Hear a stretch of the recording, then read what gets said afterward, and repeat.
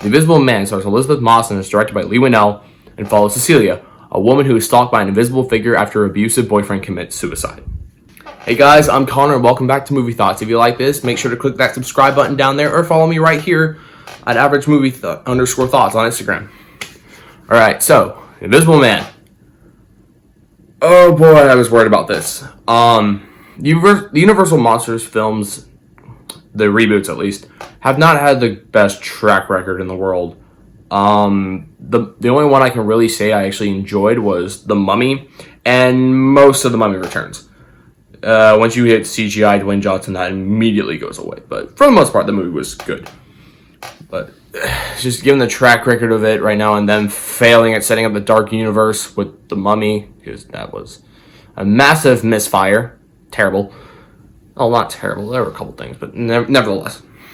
So I was worried about this. But with Lee Winnell at the helm, who directed Upgrade and Cities Chapter 3 and wrote Saw with James Wan, I got a little hope back. Not a lot, just because, you got to be wary about this kind of stuff, but I had a little hope back, and thank God this movie's good. Thank God, because I did not want to sit through another Universal Monsters disaster. I didn't want to repeat of The Mummy. Sorry, no. This movie is great. It's really good. Elizabeth Moss, her performance in this film, if it wasn't for her, this movie would not have worked at all. She is absolutely great in here. I loved her performance. This movie is really intense and pretty gripping. I'm not gonna lie. It's scary at moments even. The jump scares here are earning. They earn every single one. Okay, I say that. There's probably like one that just wasn't earned. But for the most part, it's kind of like The Conjuring. Most of these are earned. Most of the jump scares here are earned. This movie is pretty scary. The cinematography here, what Winnell does with the camera is he likes to move it early. Just move it like so. But there's still a person over here. And then they walk forward. It's kind of like indicating that there's actually the invisible figure in the room, but they're just not realizing he's there yet. It's really, really good cinematography and really clever. The plot here is solid for the most part. Mainly where it comes to issue is honestly the cameras. Yeah, this movie has a massive logic problem in the fact that I can guarantee you at least a couple of these scenes would not have happened if cameras existed. Like, there's a restaurant scene. Yeah, cameras would have existed. And clearly they didn't here because it wouldn't have played out how it happened if there were cameras. So, but that's besides the point. And there's a couple of transportation things here as well. But in the sense of how did they get here? And so that's the point. Point is, this is a really, really good horror film.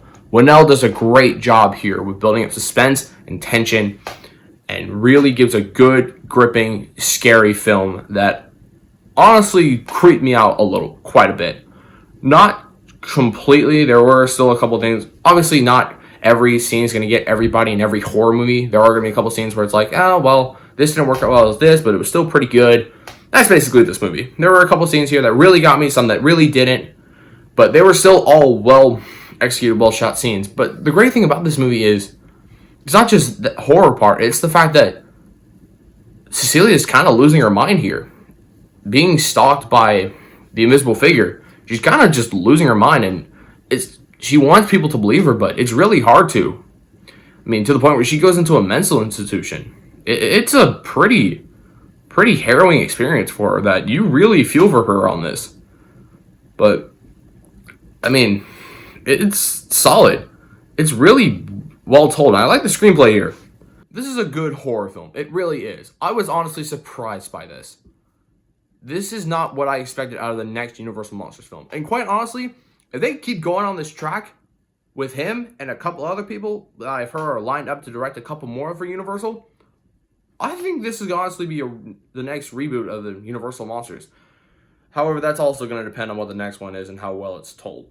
So, but nevertheless, great horror movie. Definitely check it out if you didn't catch it in theaters before the coronavirus hit. Check it out because it's really worth it.